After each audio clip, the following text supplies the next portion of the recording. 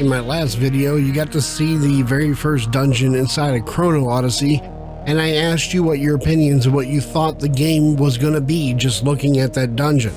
I also had full intention of doing a review on what I saw inside the game, and then my mind and my focus on it kind of shifted when I started taking on a new perspective for the game. See, the game is in a beta state, and currently right now there's all kinds of talk and controversy between the beta state of the game and what people's expectations were of it.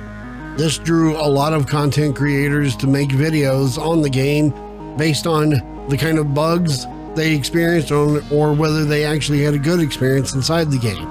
And it kind of defeated the purpose between the gathering of data that they were looking for inside of a beta. This, of course, sparked controversy between the morality of making a video on the basis of you liking something and whether a beta is actually or not a good indicator of what the game is going to look like on final release.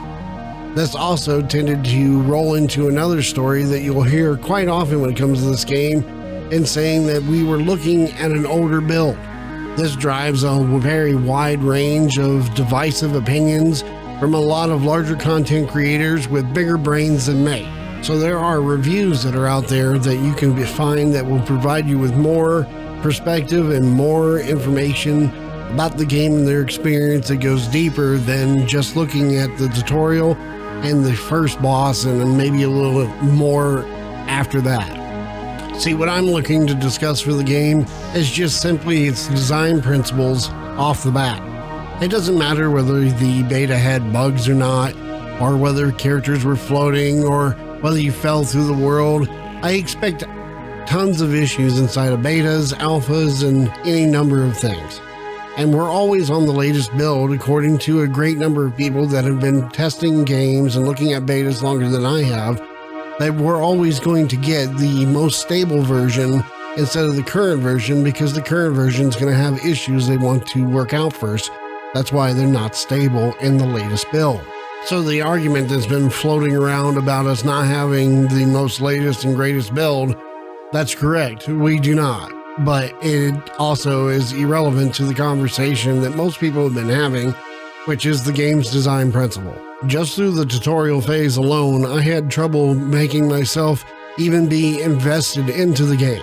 If the core design of your game doesn't come out to be fun, then the overall package is already not in a great state for release, regardless of how many bugs and problems you have in it.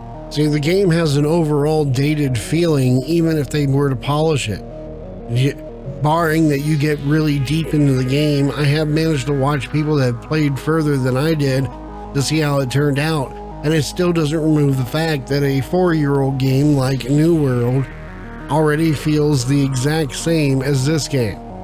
There's a lot of influence there that people will make reference to, and really when you're trying to bring a game to the market, you want them to feel like it's something new and not something old or familiar that they've already played or tied into. So in either to make that a thing, they decided to fix that issue by adding some kind of invasion onto the world. The invasion either coming through some kind of portal or some kind of alternate universe or coming from another planet. It's still very familiar, even if it is done in an interesting setting and clashing the two of them together.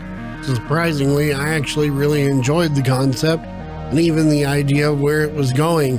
If it ran smoother and there was more connection to the game for me and the story played better, then the game would actually be quite fun to me. Probably be something I would play regularly.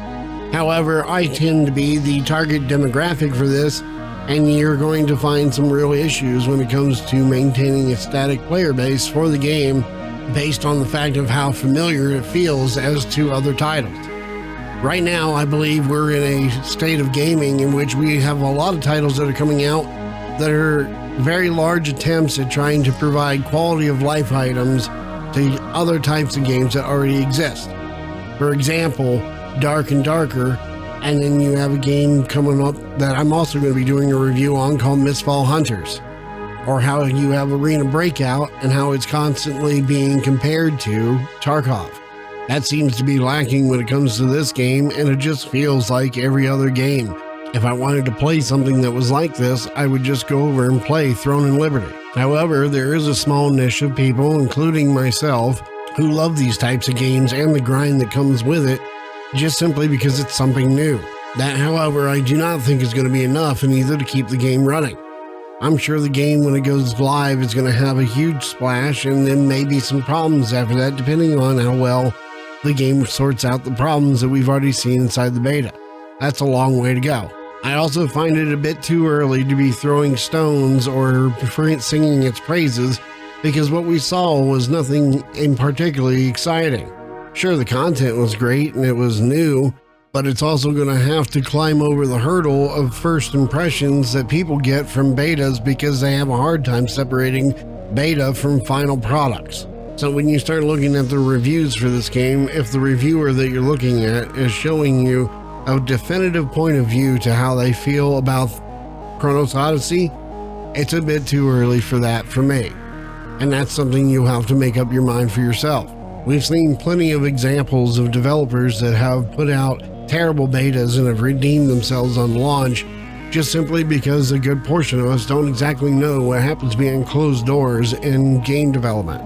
But we've also seen the other side of the hill too, in which the beta showed us exactly the piece of shit this game was going to be when it released. If you got to play the beta, I would love to hear what your thoughts and opinions of it was down below.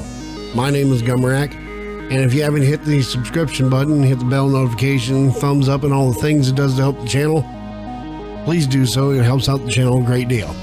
Thank you very much for watching. I'll see you in the next video. Peace.